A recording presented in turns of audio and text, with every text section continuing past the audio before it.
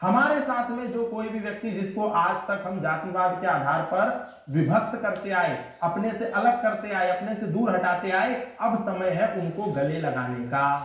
उन सबको गले लगाओ, अपने पास बिठाओ। इनका उद्देश्य तो यही था ना, जो शक्तियां धर्मांतरण कर रही हैं, जो शक्तियां सनातन धर्म के लोगों को तोड़ रही हैं, जो शक्तियां सनातन धर्म के विशुद्ध लोगों को अपने में मिलाकर के विधर्मी बना रही हैं, अंधा बना रही हैं, अंधविश्वासी बना रही हैं, उनके खिलाफ बोलना, तभी ना हम धर्मांतरण को रोकेंगे। ये जो बहुत बढ़ते जा रहा है, इसको कैसे रोकें? तो हम अपने उद्देश्य पर अडिग रहें, तभी तो हम धर्मांतरण को रोक सकते हैं।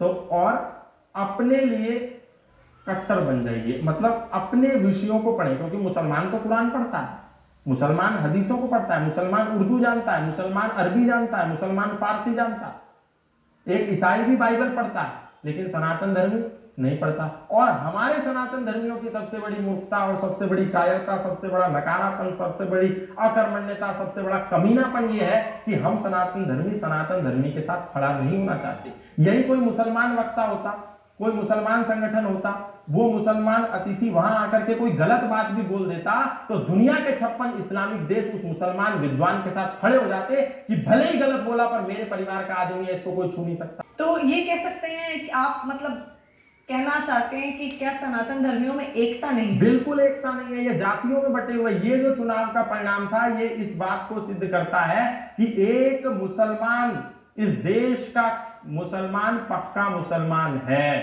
95% जाकर के वोटिंग करके आया।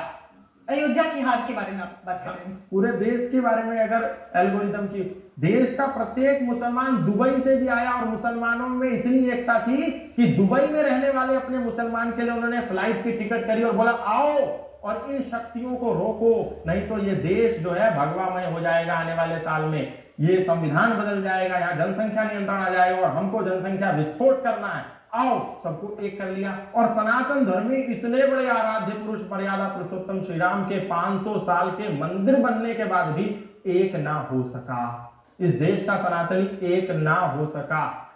जगह जगह आप देखो, कितनी जगह कितने लोग खालिस्तानी एक हो गए। जेल में बैठा हुआ अमृतपाल पर्चा भरता है, बाहर प्रचार करने भी नहीं जाता, 2 लाख वोटों से जीत जाता है, और एक आईपीएस ऑफिसर हार जाता है।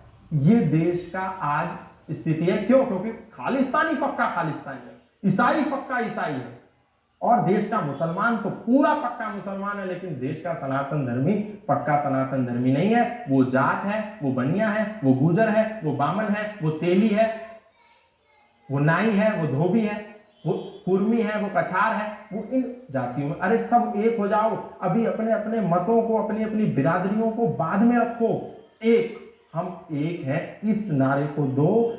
सनातनी सनातनी भाई भाई और जातिवाद की खत्म लड़ाई, ये नारा रहेगा तो आने वाला सनातनी बचेगा, अन्यथा इनके विनाश होने से खुद मर्यादा पुरुषोत्तम राम आ जाएं, चाहे खुद योगेश्वर भगवान श्री कृष्ण आ जाएं, इनको दुनिया की कोई ताकत नहीं बचा सकती।